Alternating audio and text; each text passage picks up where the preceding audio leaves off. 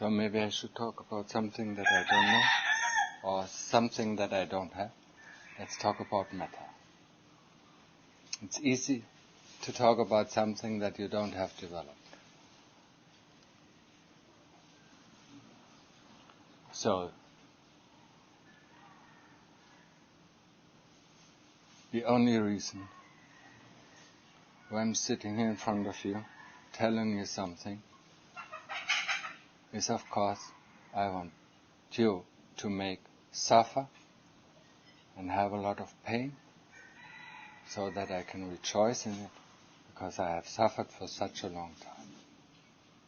I had so much pain, so much hardship, so much torture within this 11 or 17 years I was practicing.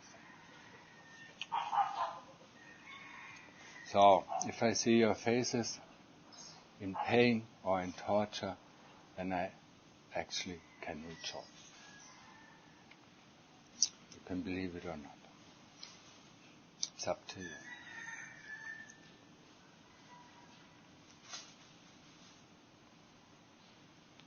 What I wanted,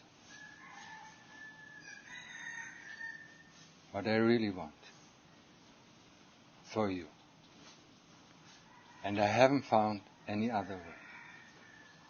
If we don't go through the fires of hell, we will not reach the ocean of happiness. There is no way.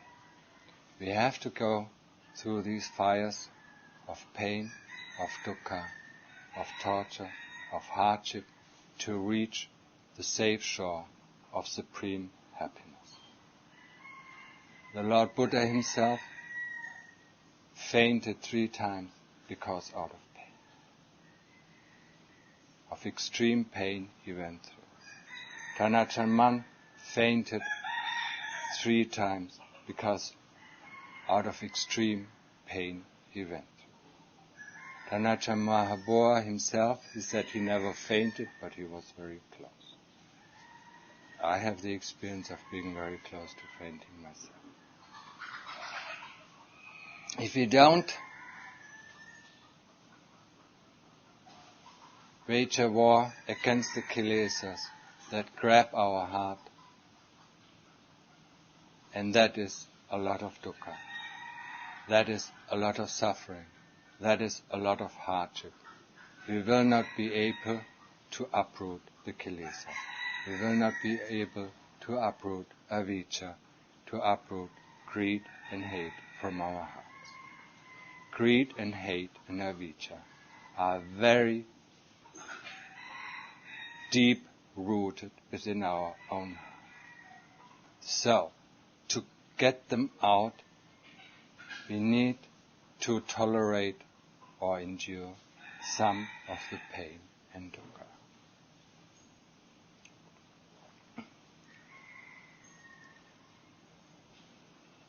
Metta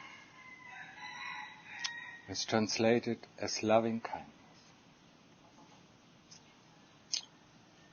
Now, what do you think? You have your ideas about what is loving kindness. And you have the idea, of somebody or a person, who has loving kindness, or what he shall do to you, or how he should react, how he should be. He should be smiling along while you are in deepest pain, while you are in torture. He should give you this or give you that. But now, think about one thing. Think about that the whole world is hanging on a pipe of opium. They are very happy. Sometimes more happy, sometimes less happy. Because they have their opium. The opium is called avijja. That's what they have. And they go on and go on. They go on in the round of samsara forever. As long as they have their opium, they will be willing to go on. Now there's a wise person, or there's a teacher, who sees that this has not a good effect on the people. So, what do you think? How would the people will react when that person is taking their opium pipe away. They don't think he has a lot of matter. They think he is cruel, he is hard-headed, and so on. But actually, for the wealth of this person, for their personal riches, this would be good. It's the same thing. This is one example. Another example, that your body is full of thorns that have a poison that makes you weak. Now there's one person who sees that these thorns in your body are producing a poison that makes you fall asleep. So he will take out the thorns. But to take out these thorns, first of all, it will hurt. Second of all, until the wound has healed, it will still hurt. Until the wound is completely healed, it will hurt. Would you think of that person if you don't know he has a lot of matter? Normally, not. Because, in the sense of a doctor, of a physical doctor, we all know that he's trying to help us. So we bear a little bit of pain, or we know that there's a little pain involved, so we will allow it to do. Allow him to do it, and then once the pain has gone, we will be great. But on the spiritual path, it's very difficult to say. What is it, what the person or what the spiritual doctor is doing to us? Is he not inflicting a lot of pain on us? Does he have no matter for us? Why doesn't he smile? And so on, and so on. I've been here 11 years. The first 6 or first 7 years, my own venerated teacher, Tanacha Mahabua, he never gave one smile. He always stepped on my toes.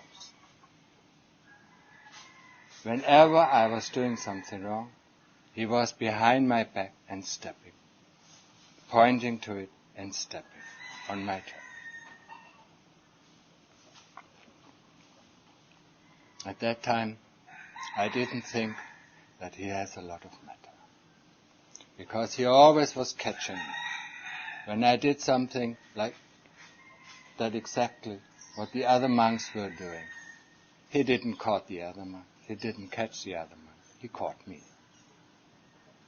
and told me. So I was always on the spot. He put me always on the spot. He never gave me a smile. It was never a grin somewhere hidden in his face. It was very, very serious. This I don't want you to see. This I don't want to see that you do that kind of thing. It took me years. Really, it took me years.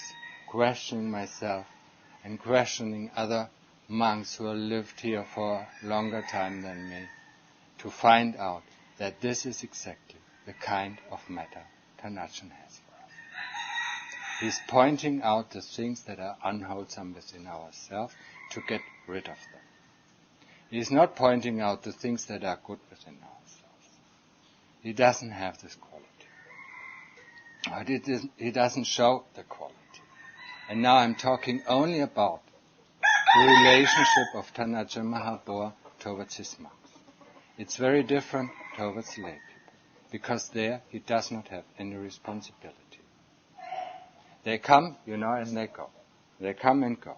So he can make jokes the way he wants, because he's not responsible for their education. But with the monks, he is responsible.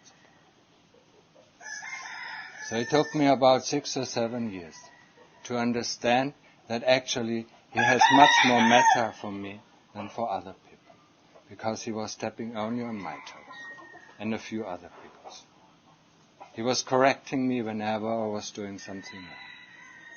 I tried, for 4 or 5 days I was very mindful, very eager to please him, and he never showed up. He never looked, he never didn't care. And then I got slack in my practice, and then he was there. He was just waiting behind, until I was doing something else. Just to show me, to correct me, not to do it again. So, that is a very, very different view of metta than we do have. We think of metta that somebody must be smiling and cheering and encouraging him and so on and so on. That he should be always kind and that he should give us this sugar-coated poison. Tanacha Mahaboa calls the kilesas sugar-coated poison. It's very sweet, the taste, but the poisonous effect is very long and deep. So all these pills that the kilesas give us have a very, very sweet taste, but have a very bitter and poisonous after effect. So he does not give us these things. He always points it out. He always points out the danger. The dangers to fall in the traps of the kilesas.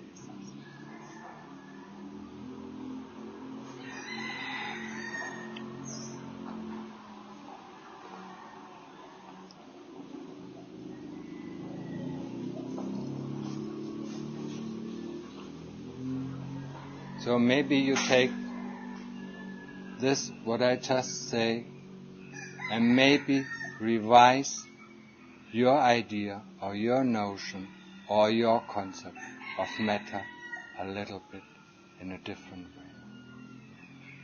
It does not need to mean that a person who constantly scolds you, who constantly steps on your toes, has no metta. The end effect, and it takes a long time to show how much metta he has, because you get cured. The process of cure is painful and slow, but in the end you will be very, very pleased and very grateful that he didn't just look away, that he always looked when you were doing something wrong.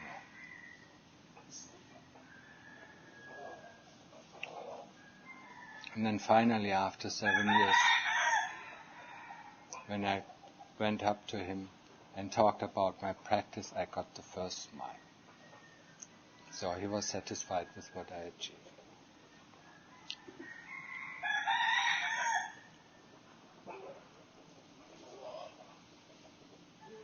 But it took a long time. Just think about it. You come here for 2 weeks, 3 weeks, 4 weeks, maybe 2 months, 3 months, 6 months. And then you go. Because the torture, the pain, the dukkha is too much. You can't bear it anyway. You have to go to another place. You have to see another teacher. You have to see this or that. You have to experience this or that. For a monk it's different. If he's really in the training, the first 5 years he is with his teacher. He cannot go here, he cannot go there. When he goes out of the temple, he has to ask for permission of his teacher. And if he's strict, and Tanachan is very strict, then you just cannot go. For instance, when you ask him, you want to see the doctor, go into town or the hospital because you don't feel well or you feel sick, and he says, yes, you can go, but you don't need to come back.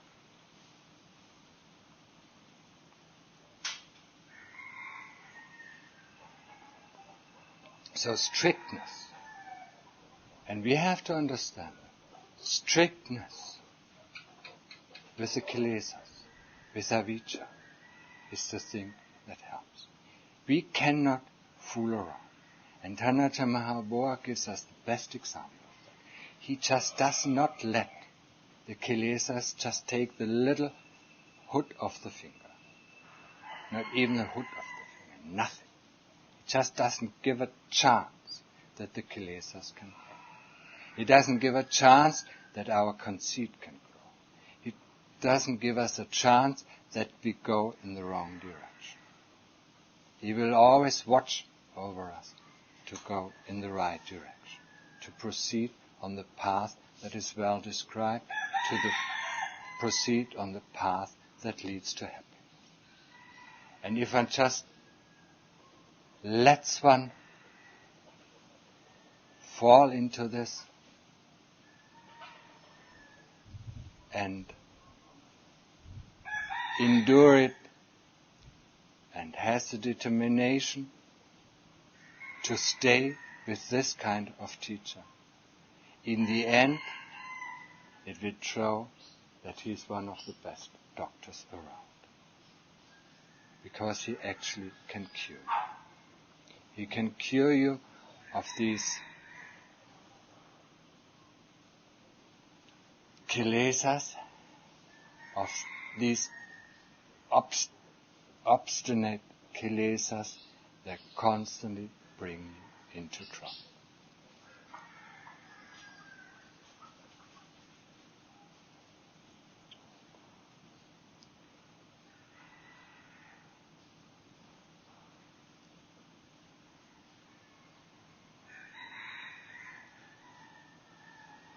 So there is something I really want you to do. I want all of you to get in a state of happiness, to get to the basis of practice, to get down to the basis of Samadhi. Samadhi means peacefulness, happiness, one-pointedness, where all the problems of this whole universe will dissolve for a moment. Samadhi, there are three kinds of Samadhi.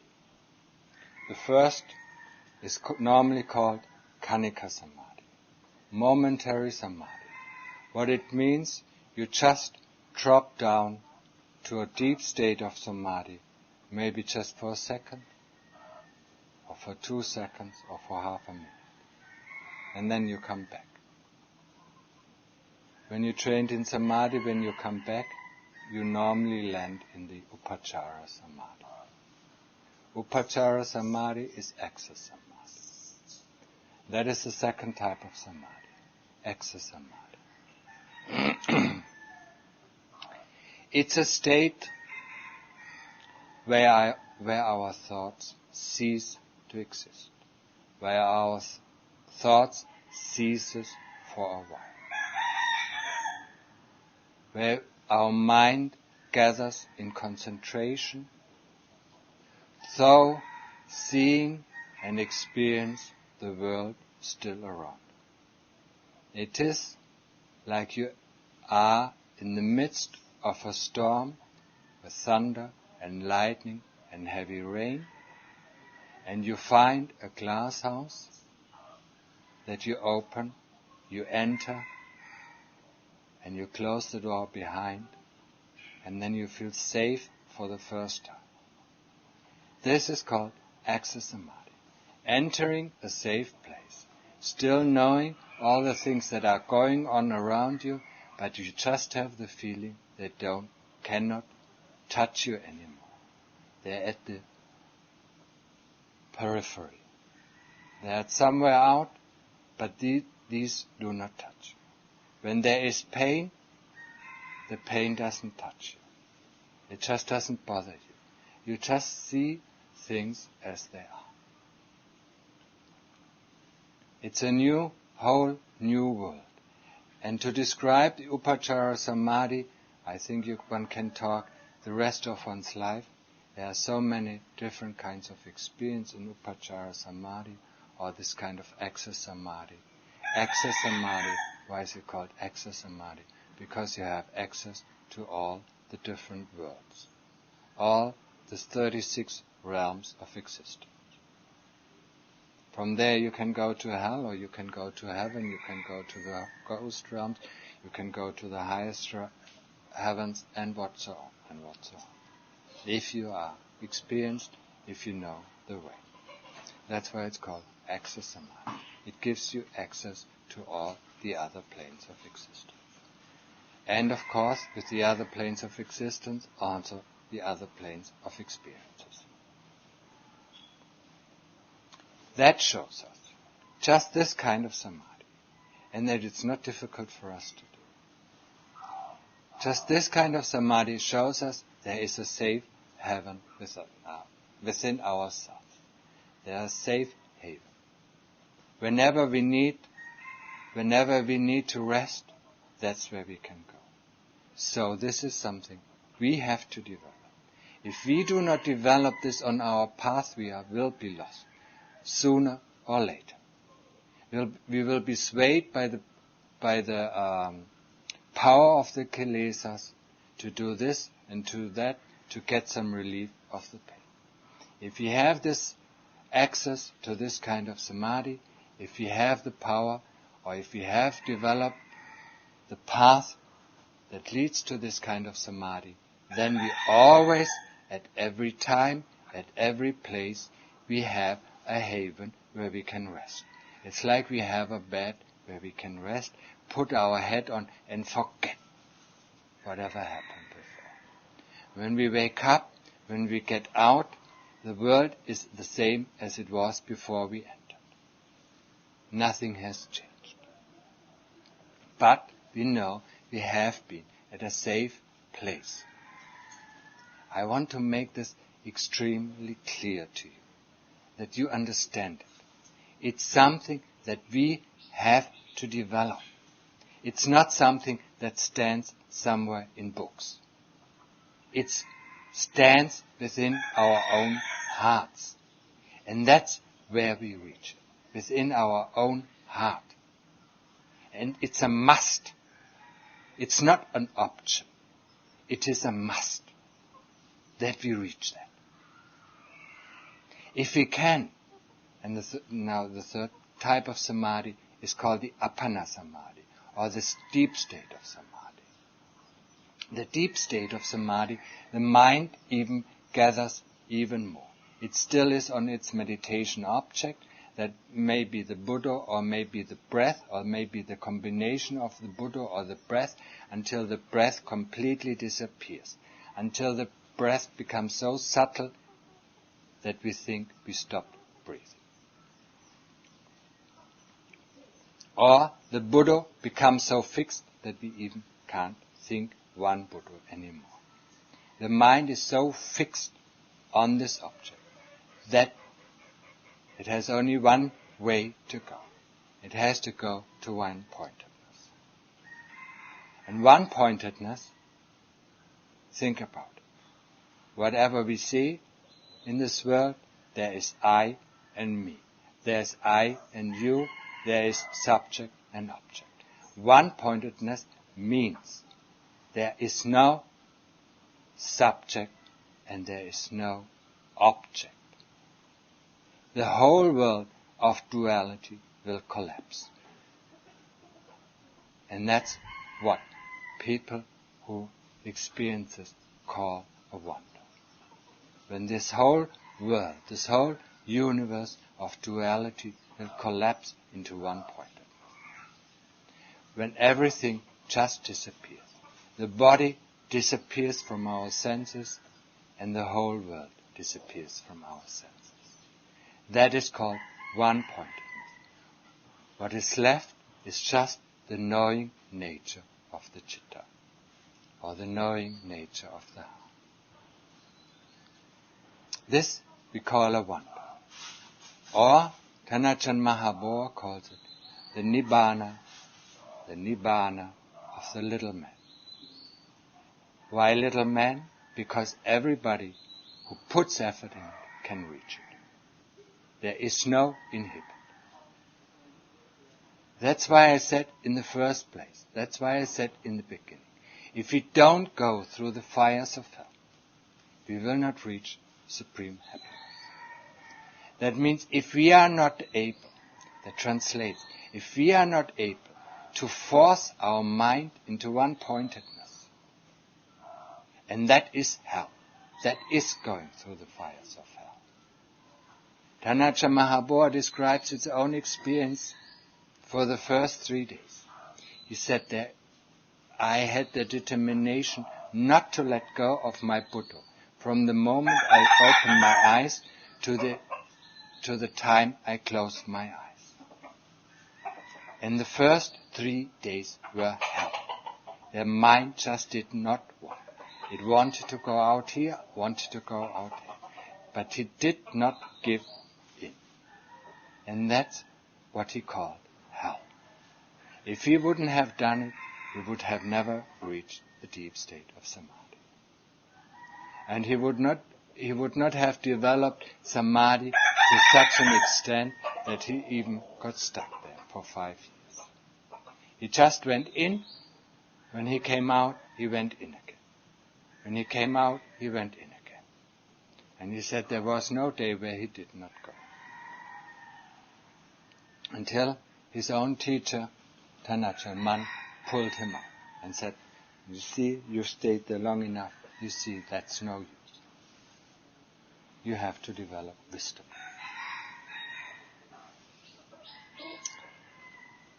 But for us, on the path of practice, Samadhi is a must. It's not an option. Be it Access Samadhi or be it Appana Samadhi. For people who want to go all the way to Nibbana, Appana Samadhi is a good goal to reach in the beginning.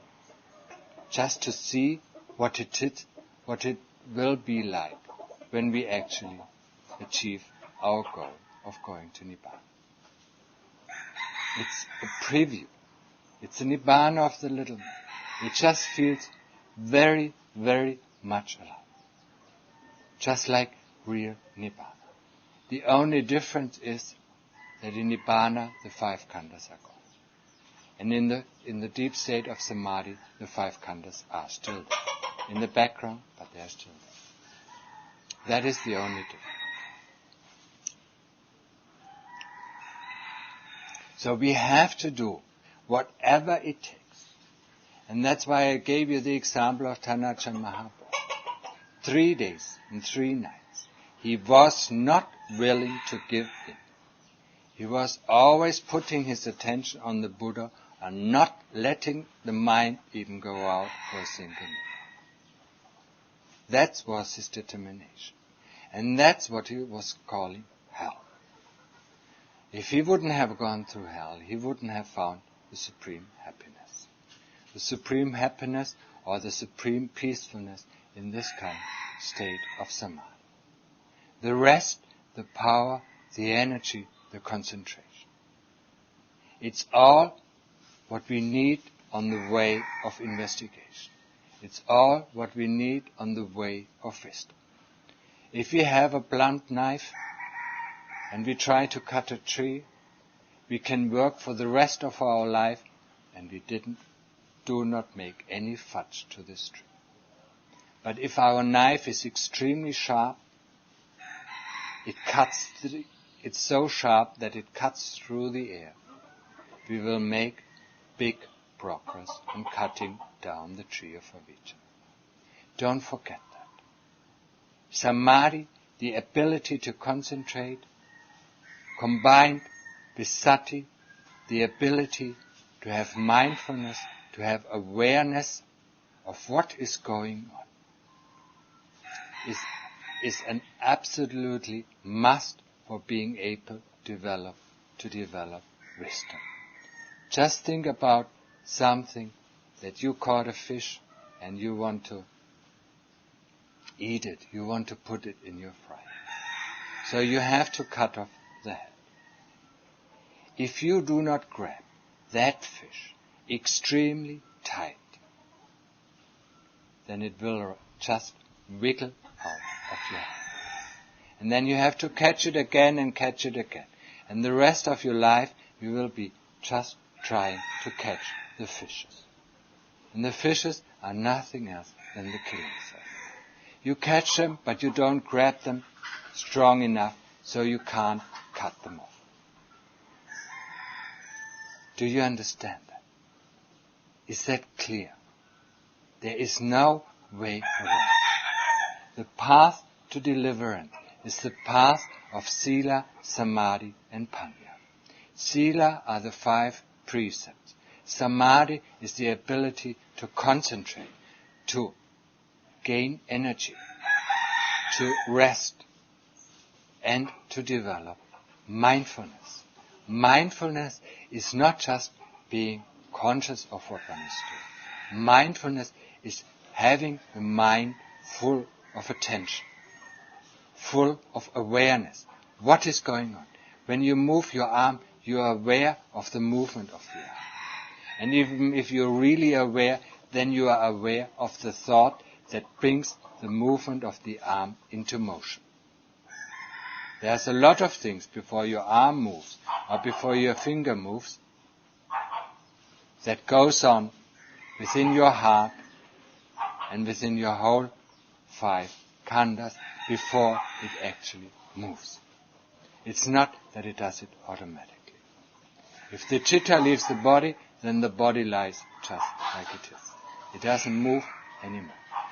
The chitta is the prime mover of this body. It uses the body for its pleasure. That's why it's in there. And that's why it's stuck there. Normally it cannot get out. Unless the body dies. Then it looks just for the next body. And that body dies, then it looks for the next body. And next body. And next body. It will never give up. And if we don't use investigation or panya or wisdom, and wisdom is not gaining knowledge. We have gained so much knowledge in the West and the East. We went to university, we went to school. What good is this knowledge? We learned about Buddhism.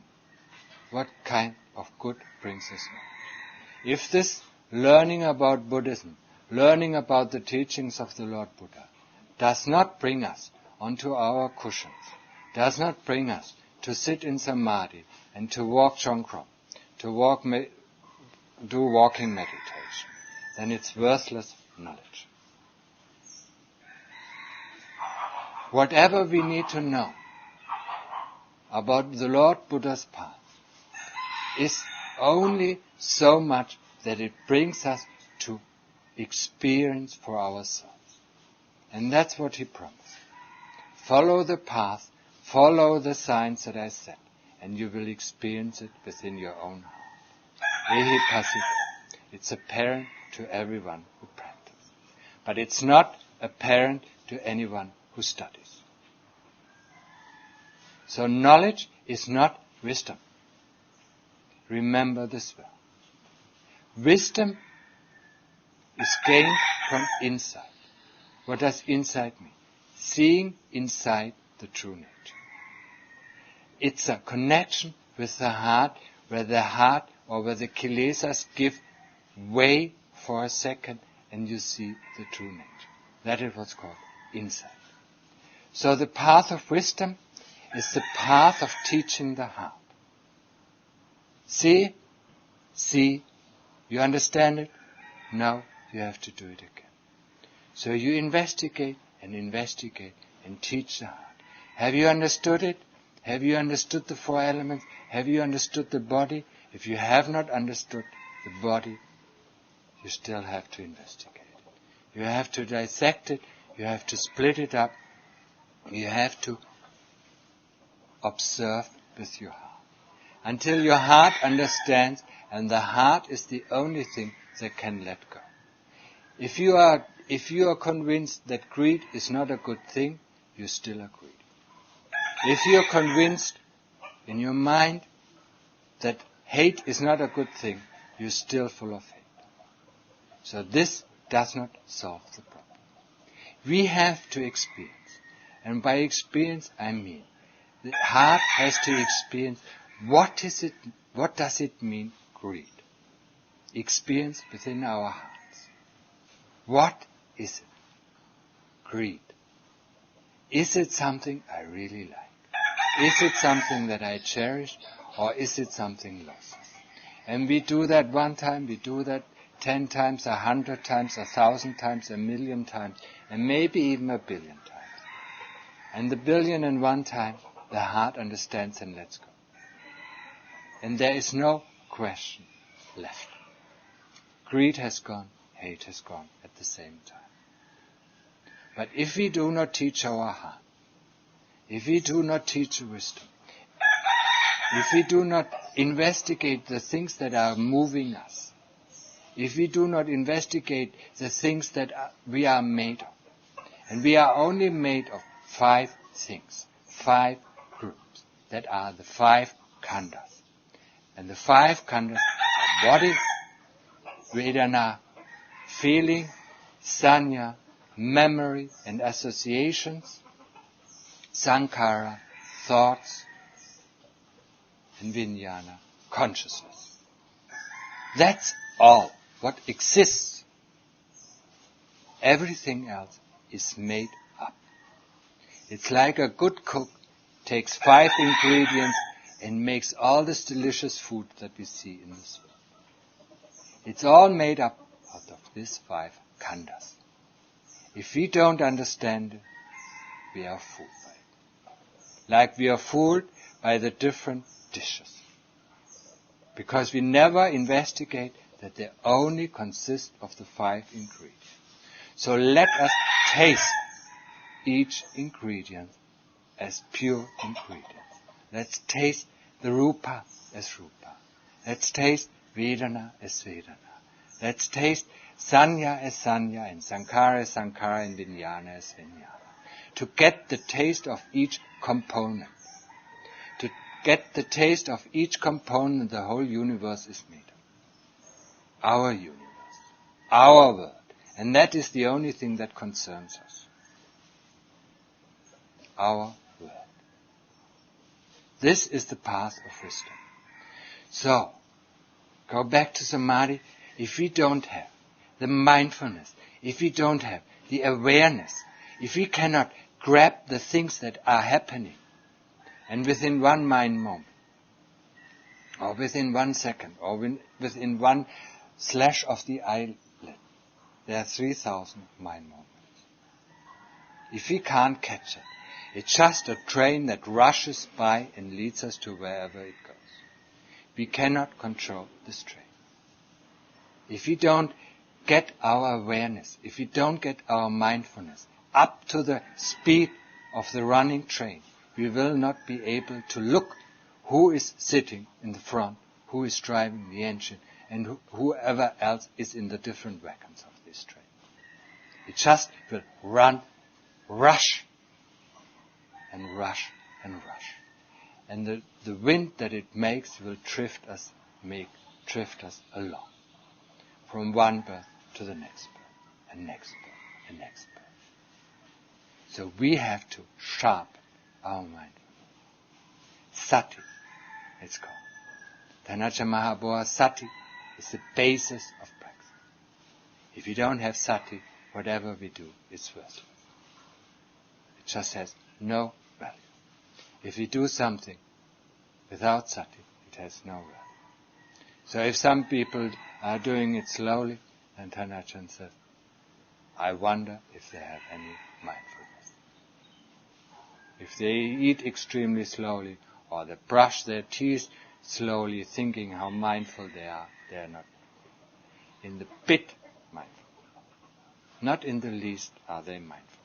They are just self-conscious of how good and how slow they do the task. And that's not mindfulness. Mindfulness is catching all the movements. It's catching the mind movements and the body. What pulls what? What pulls the trigger and what follows after it? It's following cause and effect. So, make up your mind. First of all, get down. Whatever it costs, get down into this state of Samadhi. And be just Upachara Samadhi. It's not beyond your abilities. It's not.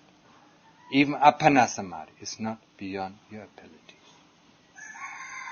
You just have to center the mind and not let it go out. Under no circumstances will you allow to go out. It is like, when you want an example, you have to keep the riches of a king in a room. You are not allowed to let anybody in or let anybody out. This is your task. So you have to stand in the front of the door all the time. You cannot take a nap. You just cannot go. You cannot even go in peace. You have to stand there. Stand there and stand there and observe it and preserve the riches of the king. And that's how you get into Samadhi. You just take attention on your Buddha or on the breath. And nothing else interests you. Nothing else. There is no way. And your determination, and that is determination, is the important fact. The effort is not to press the mind on the object. The effort is, once you see it wants to go out, to pull the mind back and put it back where it belongs. That's all what we need. It's no force, it's no power we need. It's just this little, come back. There you are, come back, and come back, and come back. That's where our effort is. And the effort is constant. The effort is not vain. And the determination, when we sit for an hour or 2 hours or 3 hours, then we sit for this time. When we walk for 3 hours, then we walk for this time. And of course, we will experience it like everybody else has experienced. It is hell. It is a lot of dukkha. It's a lot of suffering. It's a lot of hardship just to keep the mind still.